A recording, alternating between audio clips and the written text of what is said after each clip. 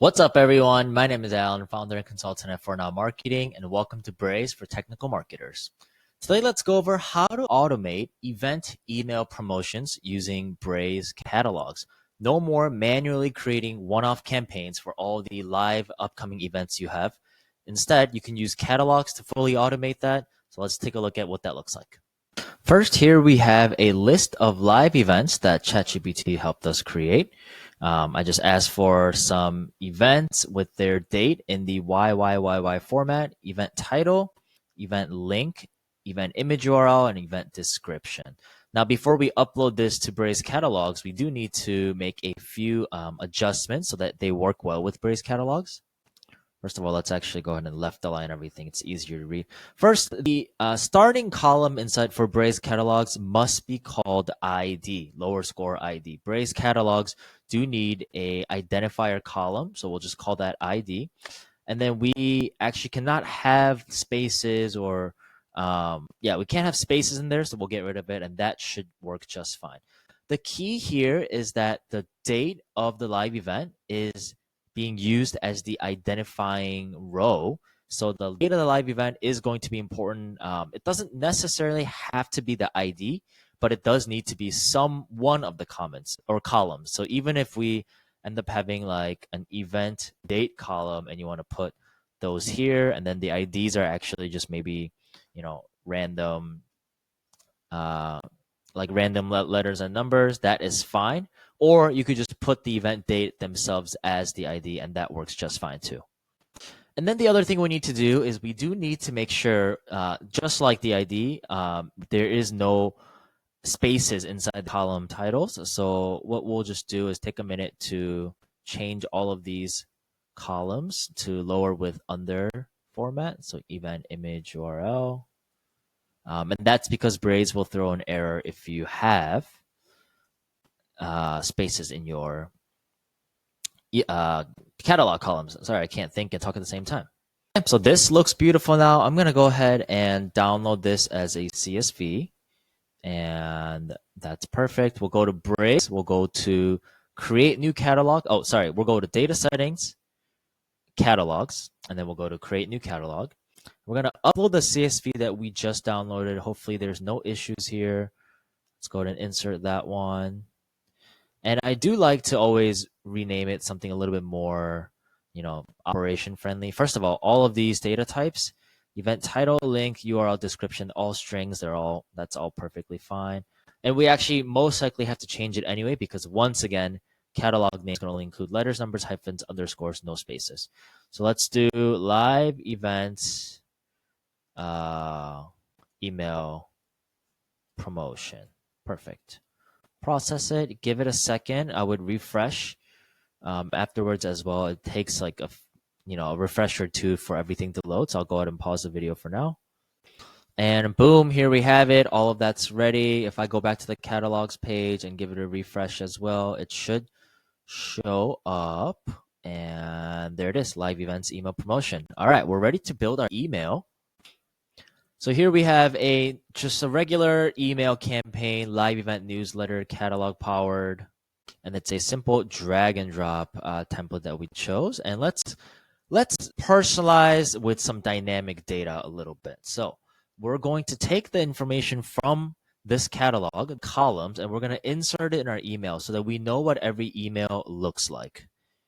So here's what I'm thinking. Maybe this date could be, actually, before we do that, what we're going to do is we're going to add a paragraph tag up at the top just so that we could use it to call our catalog. So anytime I add paragraph tags, I like to get rid of all padding, and then I'm going to personalize catalog items, live events, email promotion, and then just insert that in here. So, and actually for now, what I'm going to do is just, choose catalog items. We're just going to choose one random row. Of course, we only want this to send, closer to that date or on that date. But for now, let's just choose this one as an example so we could actually see it populate. So once again, this catalog items is how we start the catalog liquid. This calls the exact catalog that we want to use. Then this calls the exact row by the ID that we want to use. So 412, we are calling the this event right here. And then what we'll do is we will go ahead and personalize this email. So items 0 dot. That's how we reference the first item that we've called in this catalog. And since we only called one row or one item, there's only going to be data inside the 0 index, otherwise known as the very first item that we're calling. The date is probably going to be, we can call the ID itself actually. So the date is .id.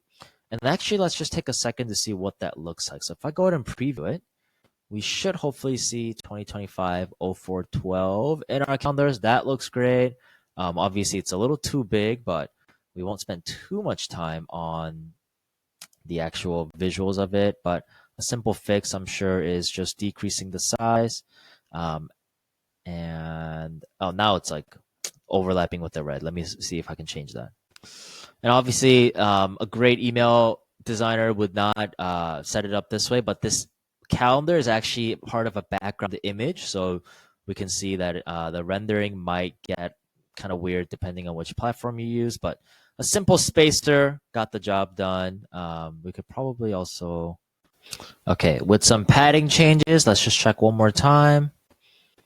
And that looks beautiful to us. Okay, let's keep going.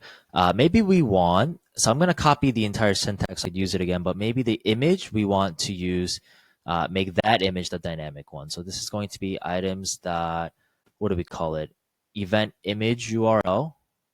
So that will go there. And then the link, the URL is going to go to event link. That's great. And then the CTA should really say something more like learn more. We also have the description. So let's change that to event description. I'm going to copy this syntax right here. Okay, so I just need to copy this. Okay, and then it'll be event underscore description. Okay, so we should now have the ID, the description, the link, the image, and then what are we missing? Event title, of course, the most important thing. Event title, so we'll go ahead and replace need help with event title. Okay, so that took a minute to just build our email, but now we have a fully dynamic email, and that really only took less than 5 minutes to make the full email custom. Let's see what happens when we preview it. And we should have a fully customized email explaining and promoting to the users what event is coming up in our program. This is actually interesting because ChatGPT gave us local LA events that are coming up, so I could actually very much attend this event in 3 days. So here's how we take it to the next level. The event is happening in 3 days, and maybe we want the user to receive the email explaining and promoting the event 2 days before the event. Obviously, if the user gets it that day, they're not going to have enough time to prepare for it. So how we are going to do that is by adding some liquid code. And before we even consider the 2 days before aspect, let's make sure that we're not hard coding any events, but we are grabbing event that's happening, I guess, that day. So what we're going to do is we're going to assign today equal to a variable called now, which is a special liquid variable. Actually, the now needs to be surrounded in quotes, so let's go back and fix that. So if we do now surrounded in quotes, and we're going to give it the date filter, and using our favorite %F, should give us a today value in ISO 8601 format. So it should actually match exactly the date format of what our IDs are in. So now Braze should be able to recognize, oh, like the user actually wants to receive, or the Braze user wants to send the event related to this event, because now we can check exactly. Great. Let's actually make that reminder or that promotion sent 3 days before, because then we can actually, today's the 9th and this event is coming up on the 12th, so I can actually receive the one that we were looking at. So based on our liquid code, we know that today's date is April 9th, 2025. And if that is the case, we want to check to see if the catalog does the catalog have any events happening 3 days after today? If so, populate the email with that event's data, and if not, abort the email. That is the logic that we are going to write with Liquid. So maybe what we can do is create a variable called assign 3 days later. That will be equal to today converted into Unix time. And we have to do this so that we can actually do some date calculation. So by applying this date filter %s, we can now do date calculations. And let's go ahead and add 3 days worth of seconds. So what is, it's going to be 86,400 times 3, which is that number. So great. We're going to add that many seconds.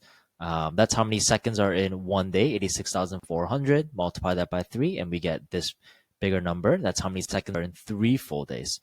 And then by doing that, that allows us to grab the exactly what the date is going to be 3 days later from today. So let's turn it back to %f format and then see what that looks like. We're going to try to render 3 days later, and hopefully we get 2025-04-12. Look at that. That's beautiful. Awesome. So what we're going to do is, now that we have the right 3 days later date we're looking for, what we can do now is we are going to try to call the catalog using the 3 days later variable. So instead of calling a specific date of April 12th, we're actually calling any rows that are happening 3 days later. So the idea is we're going to check our catalog and grab the item or grab the row based on their date that is going to be 3 days later from today.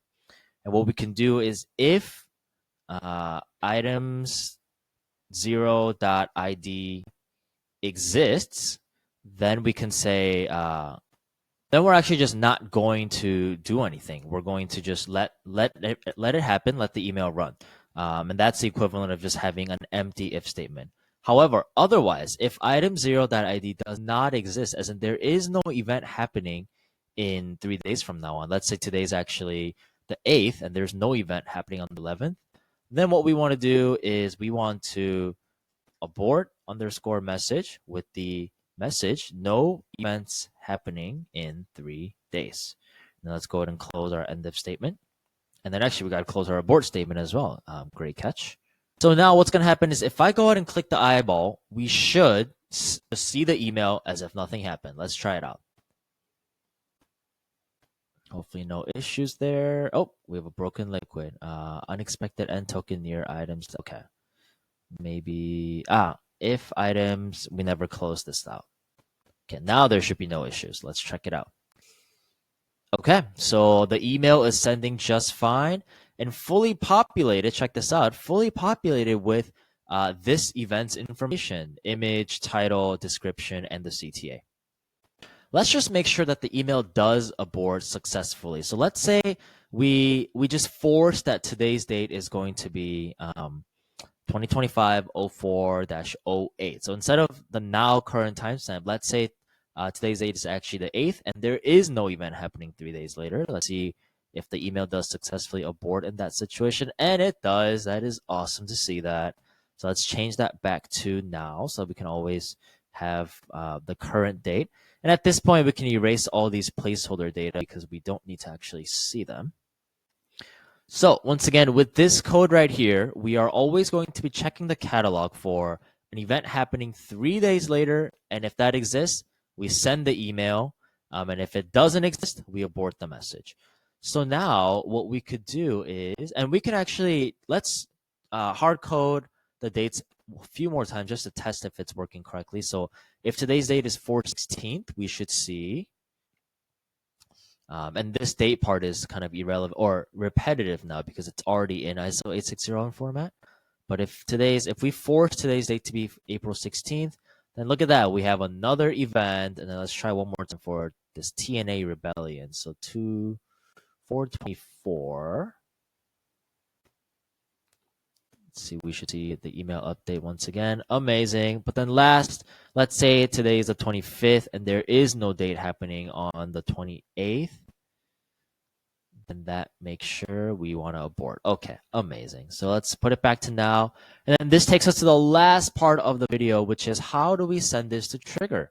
How do we fully automate it and make sure that the catalog is just running without us having to pause, relaunch, rebuild? So the email is done. It's fully automated.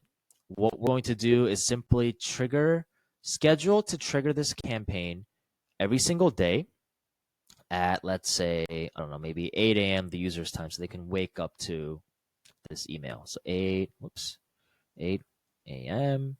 Repeat every day, starting today, and then yeah, we can do local time zone and allow users to be re-eligible because there's events happening all the time. So what this will do is every day the campaign will try to send, and then when it tries to send, it'll check its email to render the liquid, and it'll go through all the logic we talked about. Is there an event happening 3 days later from today? If so, go ahead and send it. If not, go ahead and abort this message. So this way, if we go ahead and run this email now, what it's going to do is it's going to send an email, maybe not today because we already missed today, but on the 16th, it's going to send an email about this event. It's going to abort on the 17th. Sorry, it's going to send again on the 17th for this Sunset Festival. It'll abort on the 17th, 18th, 19th, 20th, 21st, 22nd, 23rd, and it'll send again on the 24th for this event, and it'll continue to board after that. So then what you could do is you can just come back to this catalog. You can continue to update the catalog by either uploading a new CSV or uploading new items. So let's say maybe you have an event coming up on 2025, May 1st, and it's, I don't know, May 1st celebration, and then HTTPS, whatever. You fill out the information with the May 1st celebration event, and then the email will continue to automatically send 3 days before the actual event. Hopefully this gives you all a great idea on how to automate and streamline your marketing efforts so that you don't have to rebuild and relaunch for every single individual event. This could potentially save the marketing team hours of work every week, depending on how many events you have going out. That's it for today. Thank you for watching, and see you next time.